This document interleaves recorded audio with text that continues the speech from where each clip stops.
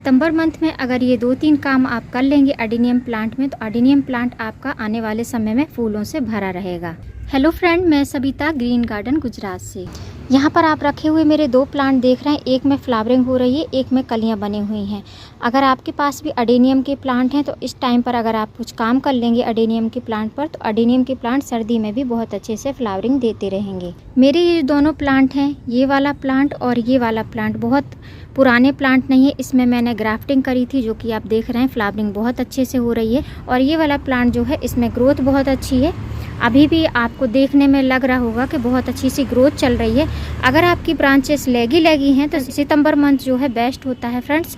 आप अगर बहुत लंबी लंबी ब्रांचेस हो गई हैं, आपके पास में रूट स्टॉक है, आप ग्राफ्ट करना चाहते हैं, तो आप ब्रांच को कट कर दें और ग्राफ्ट कर लें। जैसे कि मैंने ये बोला, ये वाला प्लांट तो इसकी मुझे कटिंग करनी है, प्रूनिंग करनी है, लेकिन अभी जो है इसमें फ्लावरिंग आ रही है और अभी जो है मेरे रूट स्टॉक भी उतने ज़्यादा तैयार नहीं हुए, इसलिए मैं अभी ग्राफ्टिंग नहीं करूँगी। लेकिन जो है सितंबर बीतते तक जो है मैं अक्टूबर आने के पहले पहले मैं इसमें जो है कटिंग वगैरह प्रूनिंग वगैरह कर दूंगी। आज मैं आपके साथ में फर्टिलाइज़र शेयर करूंगी। ये 3-4 चीज़ों को अगर आप अपने अडेनियम प्लांट में डाल देंगे तो अडेनियम प्लांट सर्दी में भी बहुत अच्छे से ब्लूम होता रहेगा। सबसे पहले बात करेंगे कि अडेनियम का सॉइल मिक्स कैसा होना चाहिए।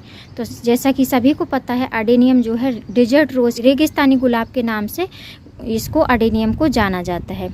तो ये रेगिस्तानी गुलाब है, तो रेगिस्तान में तो खाली रेत ही होती है, तो रेत में ही लगाना बेस्ट होता है। यहाँ पर आप देख सकते हैं मैंने किस तरीके से इसको पत्थरों में रेती वगैरह, जो मोटे मोटे रेती के पार्ट हैं, जो वेस्टेज रहते हैं, उसी में इसको लगा कर रखा हुआ है। और सेम ऐसे ही इसको भी लगा कर रखा हुआ है। तो दोनों ही प्लांट मेरे, अधिकतर अडेनियम आपको इसी मीडिया में लगे हुए मिलेंगे, लेकिन प्रॉपर इसी मीडिया में मैंने इनको नहीं लगाया है। नीचे आप देखेंगे तो इसमें जो है आपको कोकोपीट और थोड़ी सी मात्रा सॉइल की भी मिलेगी। तो मैं एकदम बेलरन सॉइल बनाती हूँ, तभी मेरे यहाँ पर जो है इस बार जितनी ज़्यादा बारिश गिरी है उस हिसाब से हमारे सभी अडेनियम को ख़राब हो जाना चाहिए था, लेकिन आप देख सकते हैं काफ़ी हेल्दी प्लांट मेरे चल रहे हैं। तो इसका कारण यही है कि अगर आपके अडेनियम अच्छे से ग्रोथ नहीं कर रहे हैं, उनके रूट स्टॉक जो है ख़राब हो जा रहे हैं, तो आप मीडिया पर ध्यान दीजिए। मीडिया अच्छा बनाइए, सॉइल मीडिया अगर अच्छा होगा, हल्का होगा, पानी नहीं रुकेगा, तो आपका अडेनियम प्लांट बहुत अच्छे से ग्रोथ करेगा। तो सबसे पहला काम आपको यही करना है कि सबसे पहले अगर आपके प्लांट की ब्रांचेस काफ़ी लेगी सी हो गई हैं, बड़ी बड़ी ब्रांचेस हैं, झुकी ब्रांचेस हैं, तो आप उनको प्रून कर दीजिए। प्रून करने का टाइम आप यही समझ लीजिए कि धूप निकले तभी आपको प्रूनिंग करनी है। आपके यहाँ पर बारिश गिर रही है तो आप बिल्कुल भी प्रूनिंग करने की सोचें ना अडेनियम को। अगर बारिश के टाइम पर आप उसको प्रूनिंग कर देंगे तो ऊपर से जो है ये डाईबैक की तरह होता है, नीचे ऊपर से जो है इसमें गलन होने लगेगी और पूरी ही ब्रांच आपकी गल जाएगी। या आप चाहें तो फंजीसाइड लगाकर किसी शेडी प्लेस में रख सकते हैं, तो प्लांट आपका हेल्दी ग्रोथ करता रहेगा।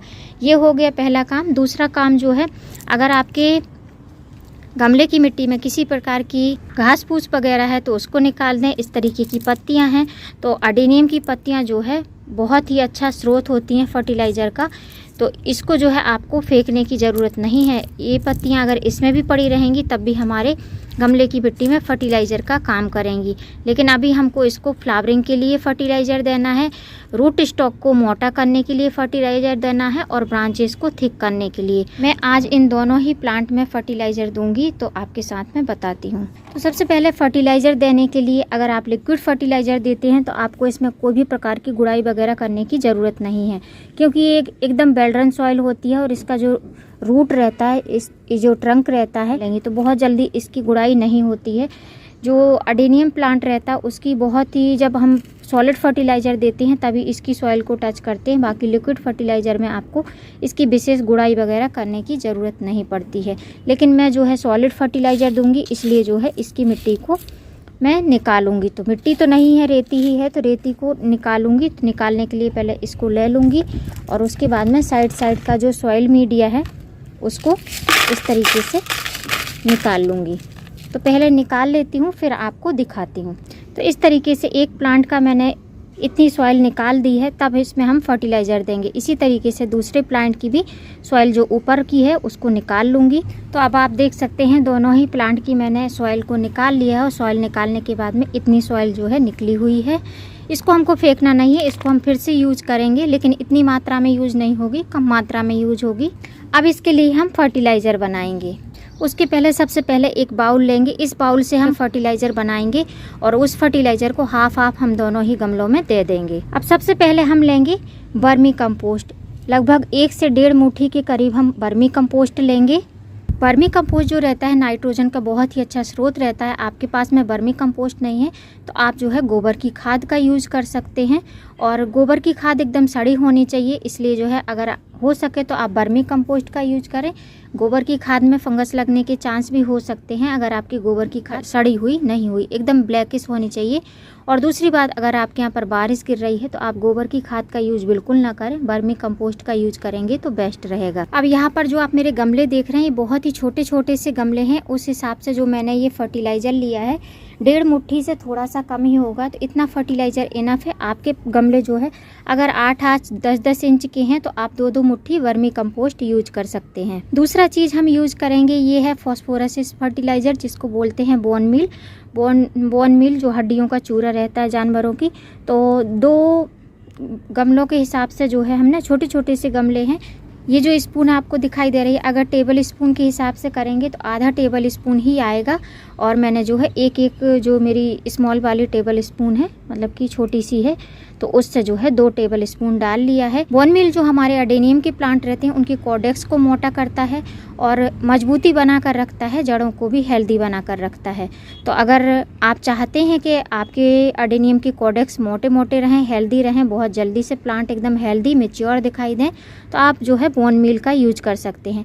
अब बोन मील जो जानवरों की हड्डियों का चूरा है, आप इसको नहीं यूज करना चाहते हैं तो आप जो है डीएपी का यूज करें। डीएपी डाई अमोनियम फॉस्फोरस, जो कि सभी के पास आसानी से उपलब्ध हो जाता है, 30-40 रुपए किलो मिलता है। नर्सरी में जाकर ले सकते हैं या किसी भी एग्रीकल्चर शॉप पर जाकर ले सकते हैं।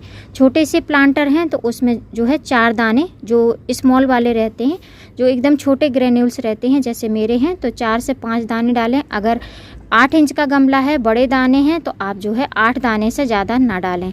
मेरा छोटा सा गमला है तो 3-4 इंच का गमला है, तो उसमें 3-4 दाने से ज़्यादा नहीं डाले जाएंगे। लेकिन फ्रेंड्स मैं जो है इसमें ऑर्गेनिक जो कि है बोन मील, उसका ही यूज कर रही हूँ, इस टाइम पर जो है बेस्ट है। अब 2 चीज़ें हमने मिला ली हैं, नाइट्रोजन के लिए और जो है फॉस्फोरस के लिए। अब तीसरी चीज़ जो है, हमारे पौधे में जो कलियां बन रही हैं वो कलियां अच्छे से ब्लूम होती रहें और कलियां एकदम बढ़िया से खिलें, कलर एकदम बढ़िया चटक आने चाहिए। इसके लिए जो है हम पोटेशियम युक्त फर्टिलाइज़र देंगे। पोटेशियम युक्त फर्टिलाइज़र के लिए मैं यूज़ कर रही हूँ ऑर्गेनिक पोटाश।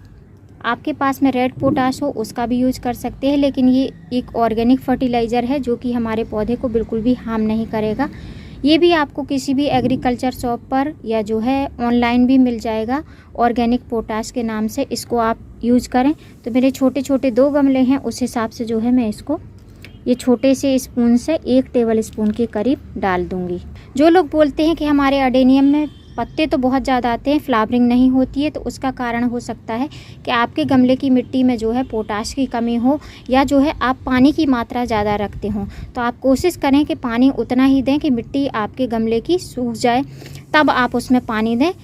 रोज़ रोज़ उसमें पानी भरने की ज़रूरत नहीं है, 1 दिन 2 दिन के गैप में पानी दें। अगर आपके बेल्ड्रन सॉइल है तो आप डेली ही उसमें पानी दे सकते हैं। चौथा और सबसे ज़रूरी चीज़ जो है फंजीसाइड। अडेनियम के कॉर्डेक्स में फंगस बहुत जल्दी से लग जाता है उसके रूट स्टॉक में, तो आप जो है इसमें फंजीसाइड का यूज़ ज़रूर करें। इसमें हल्दी वगैरह का पाउडर उतना ज़्यादा असर नहीं करता है। आप साफ का फंजीसाइड लें या बेबिस्टिन लें, आपके पास में जो भी फंजीसाइड हो आप उसका यूज करें। और जो भी सॉइल मीडिया आप बना रहे हैं उसमें भी यूज करें, फर्टिलाइज़र दे रहे हैं उसमें भी यूज करें। तो आपका अडेनियम प्लांट जो है जब रूट से मजबूत रहेगा तो ऊपर बहुत अच्छे से ही उसमें फ्लावरिंग होगी।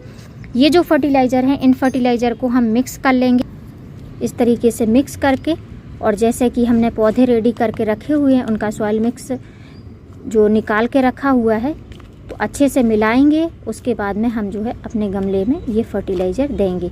फर्टिलाइज़र देने के बाद में हमको क्या क्या काम करने हैं वो भी आगे आपके साथ में शेयर करूँगी। अब जैसा कि मैंने बताया कि हमको हाफ पार्ट जो है ये फर्टिलाइज़र दोनों ही गमले में डाल देना। तो साइड साइड में इस तरीके से रिंग साइड में हमको फर्टिलाइज़र देना है। तो ये फर्टिलाइज़र अगर आप दे देंगे, महीने में एक बार दे देंगे, तो आपको महीने भर कोई भी फर्टिलाइज़र इसको देने की ज़रूरत नहीं पड़ेगी। अक्टूबर मंथ में आपका अडेनियम प्लांट बहुत अच्छे से फ्लावरिंग करेगा। आधा फर्टिलाइज़र मैंने इस गमले में दे दिया है, आधा फर्टिलाइज़र जो बचा हुआ है उसको मैं इस वाले गमले में दूंगी। उसके पहले मैं आपके साथ में एक चीज़ शेयर करूंगी।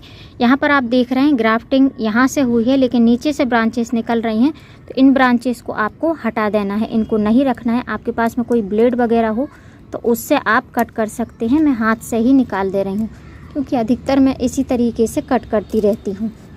अगर आप इनको नहीं निकालेंगे तो ये यहाँ से ग्रोथ लेने लगेंगी, और जो ऊपर का पार्ट है यहाँ पर कोई भी नई ग्रोथ नहीं आएगी, फ्लावरिंग नहीं होगी। चाहे आप कितना भी फर्टिलाइज़र देंगे, यहीं से जो ग्रोथ हो रही है ग्राफ्टिंग के नीचे से, उन्हीं में फ्लावरिंग भी होने लगेगी, उन्हीं में ग्रोथ भी होने लगेगी। जो आपका ग्राफ्टिंग पार्ट है वहाँ पर ग्रोथ फर्टिलाइज़र देने पर भी नहीं होगी। बस इस वाले को भी हमको इसी तरीके से फर्टिलाइज़र दे देना है। और जैसे कि मैंने बोला था कि इसको हमको फेंकना नहीं है, इससे ऊपर से हम जो है कवर करेंगे इससे, इस तरीके से। इसलिए कहा जाता है अडेनियम जब भी आप लगाते हैं तो थोड़ा सा इसका सॉइल मीडिया नीचे ही रखिए, क्योंकि हम जो है सॉलिड फर्टिलाइज़र जब इसमें देते हैं तो इसमें गैप होना चाहिए, जब इसको हम अच्छे से फर्टिलाइज़ कर पाएँ। लेकिन मेरे इस वाले प्लांटर में बहुत ज़्यादा गैप नहीं रहता है, इसमें तो काफ़ी अच्छा स्पेस है, इसमें जो है गैप नहीं है। तो इसकी भी सॉइल को हम जो हमने फर्टिलाइज़र दिया है उसको हम अच्छे से कवर कर देंगे। अब जैसे ही हम सॉलिड फर्टिलाइज़र देते हैं तो हमको जो है पानी देना बहुत ज़रूरी हो जाता है। अगर हम पौधे में पानी देने में देरी करेंगे तो नीचे से जो है रूट फर्टिलाइज़र की गर्माहट की वजह से जलने लगेंगी, गलने लगेंगी। उसके बाद में हमको इसमें पानी दे देना है। पानी आपको नॉर्मल वाटर देना है, आप चाहें तो इस पानी में भी फंजीसाइड मिक्स करके दे सकते हैं। पानी इतना देना है कि एक बार जो है थोड़ा सा जड़ नीचे से जो है नीचे की रूट से पानी निकल जाना चाहिए। तो अभी आप देख रहे हैं मैंने एक छोटे से मग से पानी दिया था, इस वाले मग से, और देख सकते हैं दोनों के ही ड्रेनेज से बहुत आसानी से पानी निकल गया है। तो सॉइल मीडिया ऐसा ही होना चाहिए, पॉट का जो है ड्रेनेज होल बहुत अच्छा होना चाहिए, जिससे कि पौधा आपका हेल्दी ग्रोथ कर पाए। तो फ्रेंड्स, अगर आप भी चाहते हैं सितंबर मंथ में कुछ काम करना अडेनियम पर, तो अडेनियम पर अगर आप ये काम कर लेंगे तो सर्दी भर आपका जो है अडेनियम प्लांट बहुत अच्छे से हेल्दी ग्रोथ करता भी रहेगा, फ्लावरिंग भी होती रहेगी। और जो है अगर इसकी आप प्रूनिंग कर देंगे तो सर्दी में आपके जो अडेनियम की स्टेम जो है गल जाती हैं, ख़राब हो जाती हैं, फंगस लग जाता है, वो प्रॉब्लम भी नहीं आएगी। तो उम्मीद करती हूँ फ्रेंड वीडियो हेल्पफुल रहा होगा। वीडियो अगर अच्छा लगा हो तो वीडियो को लाइक करना, सब्सक्राइब करना बेल आइकन के साथ। फिर मिलूँगी किसी नई वीडियो में नए टॉपिक के साथ। तब तक के लिए हैप्पी गार्डनिंग।